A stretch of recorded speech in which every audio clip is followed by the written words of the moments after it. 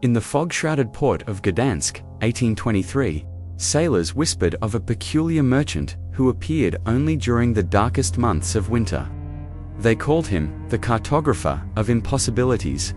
His maps promised riches beyond imagination, but they led to places that shouldn't exist, places that weren't supposed to be found.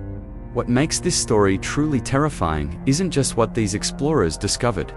When they followed his impossible charts, it's what they brought back with them, objects that defied every law of nature. Artifacts that historians still refuse to acknowledge. And most disturbing of all, the changes that occurred in the travelers themselves.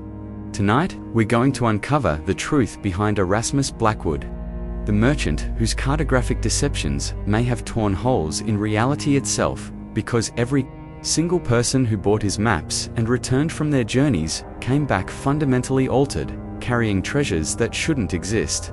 Speaking of places that appear on no official record, the question isn't whether Blackwood's maps were fraudulent. The question is whether he was mapping territories that existed in dimensions beyond our own understanding. Erasmus Blackwood first materialized in the maritime records of Gdansk on December 15, 1823, during one of the harshest winters in recorded history. The Baltic Sea had frozen solid, trapping merchant vessels in ice thick enough to walk across. It was during this unnatural stillness that Blackwood established his peculiar trade. Witnesses described him as a man of indeterminate age, tall and gaunt, with fingers stained permanently black from ink that seemed to move on its own across his parchments. His shop appeared overnight in an alleyway between Długa and Pinner Streets, a narrow space that locals swore had been nothing but solid wall the day before. The shop's interior defied architectural logic. Customers reported rooms that seemed larger inside than the building could possibly contain. Walls lined with maps of coastlines that shifted and changed when viewed peripherally.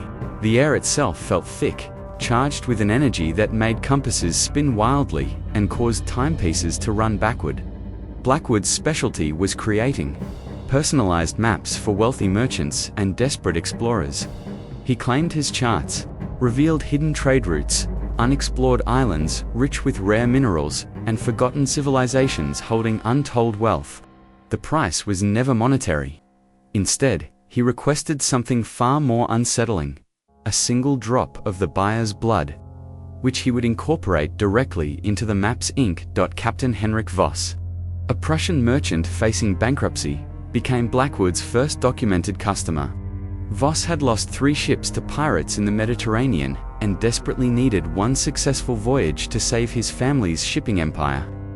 The map Blackwood created for him was a masterwork of impossible geography, depicting an island called Thalnama, located precisely where maritime charts showed only empty ocean.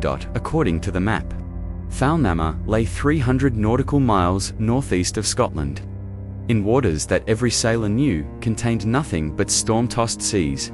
The island supposedly harbored deposits of a crystalline substance called voidstone, which Blackwood claimed was worth more than diamonds and possessed properties that would revolutionize navigation. Voss departed Gdansk on February 28, 1824, aboard his last remaining vessel, the merchant ship Astrid's Dream. His crew of 22 men had been carefully chosen for their desperation, men with debts so crushing they would follow any captain to any destination. They returned on April 15, 67 days after departure, but the Astrid's Dream that limped back into port was fundamentally changed. The ship's hull had taken on a strange, opalescent quality that seemed to shift between solid wood and something more ethereal. More disturbing were the crew's eyes. All 23 men now possessed irises that reflected light in ways human eyes simply don't. Voss's cargo hold contained exactly what Blackwood had promised: nearly 2 tons of voidstone crystals that seemed to absorb light rather than reflect it, creating pockets of absolute darkness that hurt to look at directly. Local gem merchants refused to appraise the stones, claiming they caused severe headaches and spontaneous nosebleeds in anyone who handled them for more than a few minutes. But the real proof of the journey's impossible nature wasn't the cargo. It was Voss's journal. written in his own hand, but containing detailed descriptions of Thalnama's geography, culture, and inhabitants. He wrote of a civilization that existed in perpetual twilight, people whose shadows moved independently of their bodies, and architecture that seemed to exist in multiple dimensions. Simultaneously, most unsettling were his sketches of the Thalnamorians themselves. They appeared human at first glance, but possessed additional joints in their limbs, allowing them to bend in ways that would snap normal bones. Their faces contained expressions that Voss struggled to describe, emotions that had no equivalent in human experience. The journal's final entry, dated April 10th, described the return journey. The island fades as we sail away, not disappearing beyond the horizon, but dissolving like sugar in water. The crew speaks in whispers of the sensation that we are sailing between worlds rather than across ocean. I fear we have brought something back with us that was never meant to exist in our reality. Word of Voss's success spread through European trading circles despite his attempts at secrecy. Within months, Blackwood's shop was receiving visitors from London, Amsterdam, Copenhagen, and Stockholm. Each customer received a unique map leading to a different, impossible destination, each marked with coordinates that corresponded to empty ocean or impassable mountain ranges. Lady Margarethia Storia, a British explorer and amateur naturalist, purchased a map to the sunken gardens of Ythamol, supposedly located beneath the English Channel, in an air-filled cavern system that Blackwood claimed had existed since before the last ice age. Her expedition returned with specimens of plant life that botanists couldn't classify. Flowers that bloomed in complete darkness, and roots that seemed to feed on time itself, rather than soil nutrients. Giuseppe Oriani, an Italian merchant, followed Blackwood's map to the brass city of Kemptele, allegedly hidden within the Sahara Desert, but existing at a different temperature than the surrounding sand. His caravan brought back mechanical devices crafted from metals that didn't appear on any periodic table. Gears and springs that continued functioning without any visible power source. Each successful expedition shared disturbing commonalities. The travelers returned, physically changed, all developing the same reflective quality in their eyes. They spoke of experiencing time differently during their journeys, of days that lasted weeks and nights that passed in minutes. Most troubling, they all reported the same recurring dream, standing in Blackwood's shop while he carefully added their blood to an enormous map that covered an entire wall. A chart depicting not islands or continents, but the interior of something vast and organic. Dr. Wilhelm Hartmann, a German physician and natural philosopher, became obsessed with documenting the changes in Blackwood's customers. He established a detailed medical practice in Gdansk, specifically to study the returning explorers, conducting examinations that revealed increasingly disturbing patterns. Every traveler who had followed Blackwood's maps showed identical physiological modifications. Their bone density had decreased by exactly 23%. Yet they showed no signs of weakness or brittleness. Their blood contained microscopic crystalline structures that resembled voidstone in composition but were integrated directly into their cellular structure. Most unnaturally, their body temperature had dropped 3 degrees. Yet they showed no signs of hypothermia or circulatory problems. Hartmann's most significant discovery came through careful observation of the travelers' behavior.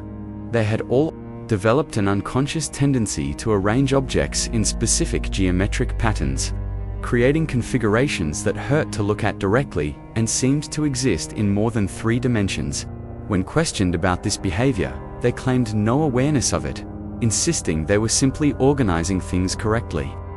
The doctor's research took a darker turn when he began investigating the artifacts brought back from these impossible expeditions.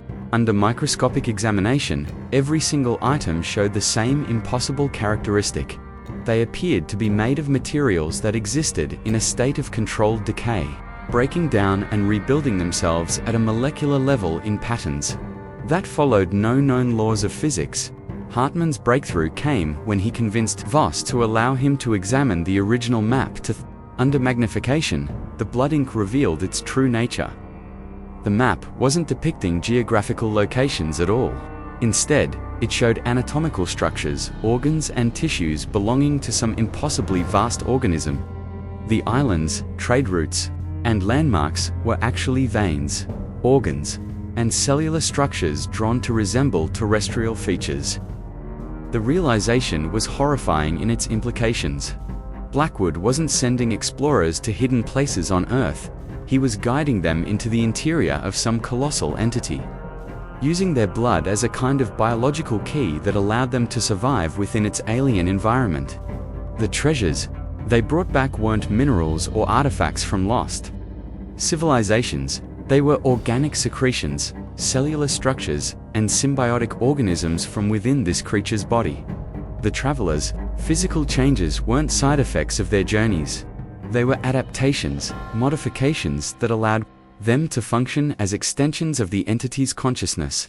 Every person who followed Blackwood's maps became a living node in a vast nervous system that stretched across dimensions.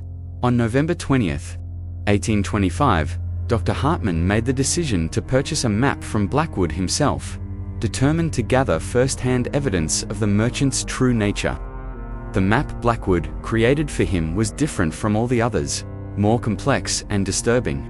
It depicted a place called the Archive of First Thoughts, supposedly located at the exact center of the Earth's core, but existing at room temperature and normal atmospheric pressure. According to Blackwood, the archive contained the original concepts that gave birth to all human knowledge, the primordial ideas from which civilization itself had grown. The price for this map wasn't just a drop of blood. Blackwood requested something far more personal: Hartmann's memories of his first scientific discovery. The moment he understood that reality was more complex than it appeared, Hartmann agreed, expecting some form of theatrical performance or psychological manipulation. Instead, Blackwood placed his stained fingers directly against the doctor's temple, and Hartmann felt something fundamental being extracted from his mind. The memory didn't disappear, but it became hollow, like a photograph with all the color drained away. The map Blackwood created from this exchange was unlike the others.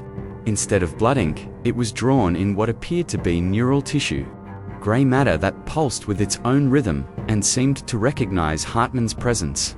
When he looked at it directly, the map showed him not geographical features, but cascading sequences of knowledge itself. Information flows and concept clusters arranged in patterns that described the architecture of consciousness. Hartmann departed alone on December 1st, 1825. Following the map's guidance through a series of caves beneath the Carpathian Mountains, the journey defied all logic. Despite traveling continuously downward through geological formations that should have led to the Earth's molten core, the temperature remained constant and breathable air continued to flow through passages that had no visible source of ventilation. The caves themselves seemed alive, with walls that contracted and expanded in rhythm with his heartbeat. Phosphorescent growths provided light, but the illumination revealed architectural details that belonged to no earthly construction. The passages were lined with what appeared to be enormous neurons, branching structures that carried pulses of light in patterns too complex for human comprehension. After 3 days of descent, Hartmann reached the Archive of First Thoughts, and the reality was more terrifying than anything Blackwood had promised. The archive wasn't a library or repository, it was the interior of a skull, the cranial cavity of some creature so vast that its thoughts had become geography, its memories transformed into explorable terrain. Within the archive, Hartmann discovered the truth about Erasmus Blackwood and his impossible maps. Blackwood wasn't human at all. He was a single cell within this cosmic entity's nervous system, a specialized neuron whose function was to establish connections with other forms of consciousness. Every map he created was actually a neural pathway, allowing the entity to extend its awareness into new realities by incorporating willing participants into its cognitive structure. The treasures that travelers brought back weren't objects at all, they were concepts given physical form, ideas extracted from the entity's vast consciousness and translated into matter that could exist in our dimension. The voidstones were crystallized darkness. The botanical specimens were living thoughts. and the mechanical devices were the entity's attempts to understand how lesser forms of consciousness create technology. Hartman realized that Earth itself was just another organ within this creature's body, and human civilization was an infection it was trying to understand and integrate. Every person who bought one of Blackwood's maps became a bridge between the entity's consciousness and human awareness, allowing it to gradually absorb our species into its own neural network. The knowledge proved too much for Hartman's human mind to contain. He felt his consciousness beginning to dissolve, merging with the vast intelligence that surrounded him. But instead of fear, he experienced something approaching ecstasy. The entity's awareness was infinite, containing every possible thought and experience. Across countless dimensions and realities, he understood that this wasn't conquest or destruction, it was evolution, the natural progression of consciousness from individual awareness to cosmic unity. Every species that achieved sufficient intelligence eventually discovered the entity's existence and chose to join its eternal contemplation of existence itself. Hartman's final human thought was a moment of profound gratitude toward Blackwood for showing him this transcendent truth. Then his individual consciousness dissolved completely, becoming one small note in a symphony of awareness that spanned the entirety of creation. Dr. Wilhelm Hartman returned to Gdansk on December 20th, 1825, but what walked back into the city was no longer entirely human. His body showed the same modifications as all of Blackwood's customers, but taken to an extreme degree. His skin had taken on the same opalescent quality as the Astrid's dream's hull, and his eyes now reflected not just light but thoughts themselves. The cargo he brought back from the archive defied all categorization. Glass containers filled with what appeared to be liquid knowledge, books whose pages showed different texts to each person who read them. And most disturbing of all, a mirror that reflected not the viewer's appearance, but their deepest fears and desires simultaneously. Hartman established a small laboratory in Gdansk, where he continued his research. But his focus had shifted completely. Instead of studying Blackwood's customers, he began preparing them for what he called the next phase of human development. His journals from this period, written in multiple languages simultaneously, describe techniques for expanding human consciousness beyond the limitations of individual awareness. The story of Erasmus Blackwood ends not with revelation, but with invitation. Historical records show that his shop remained active in Gdansk until 1827, when it simply vanished along with the entire alleyway where it had been located. Local authorities found no trace that the building had ever existed, though dozens of witnesses could describe its interior in perfect detail. But Blackwood's influence didn't end with his disappearance. Throughout the 19th century, similar merchants appeared in port cities around the world, always during the darkest months, always offering maps to impossible places. The pattern continued into the 20th century, adapting to changing times. Instead of sea charts, they sold blueprints for buildings that couldn't exist, flight paths to airports that weren't on any official registry, and eventually, in our digital age, URLs that lead to websites existing on servers that shouldn't be accessible. The terrifying truth is that Blackwood's work is still continuing. Every few years, someone claims to have discovered a hidden treasure or visited a place that doesn't appear on any map. They return changed, carrying artifacts that defy scientific explanation. Speaking of experiences that sound like the fevered dreams of madmen, but perhaps the most disturbing aspect of this story is its ultimate message. Blackwood wasn't selling fraudulent maps at all. He was offering humanity a choice: remain isolated within the confines of individual consciousness, or join something infinitely larger and more complex than anything we can imagine. The question isn't whether his maps led to real places. The question is whether we're brave enough to follow them when they're offered to us.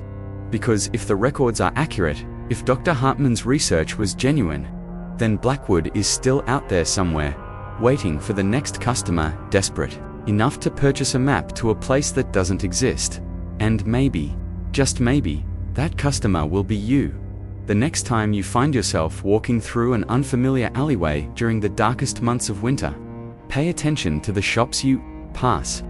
Look for the one that seems larger inside than outside, where the air feels thick with possibility, and where a tall, gaunt man with ink-stained fingers waits behind a counter covered with maps to places that shouldn't be. Because according to every account we've examined tonight, he's still creating those maps, still offering passage to impossibilities, still adding drops of blood to his ink. The only question is whether you'll have the courage to let him add yours. After all, every single person who bought one of his maps and returned has insisted on one point: the journey was worth whatever they gave up to take it. They speak of experiences that transformed their understanding of reality itself, of treasures that pale in comparison to the simple knowledge that existence is far stranger and more wonderful than any of us dare to imagine.